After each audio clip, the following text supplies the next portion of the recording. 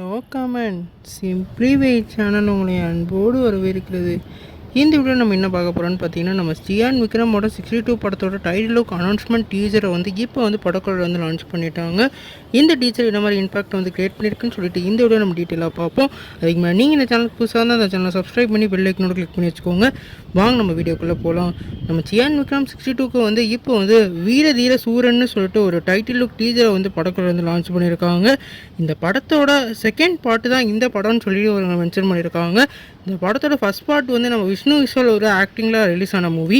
இந்த படம் இன்னும் அவ்வளோவா யாருக்கும் தெரிஞ்சிருக்காது, ஏன்னா படமே அவ்வளோவா ரிலீஸ் ஆகாத மாதிரி இருந்தது. இந்த படத்தில் ஆனால் அவரோட கண்டினியூஷன் மாதிரி காளின் ஒரு ரோலில் நம்ம சியான் விக்ரம் நடிக்க போகிறதா சொல்லியிருக்காங்க. இந்த காளின்றது ஒரு கேங்ஸ்டரான லுக்கில் ஒரு வேறு லெவல் ஃப்ளாஷ்பேக் உள்ள ஒரு பாட்டு தான். இவரோட கெட்டப்பும் அதே மாதிரி இந்த இதில் அவரோட பவர்ஃபுல்லான ஒரு வயலன்ஸான ஒரு வேறு லெவல் பிஹேவியரை இந்த டீச்சர்லேயே காமிச்சிருந்தாங்க.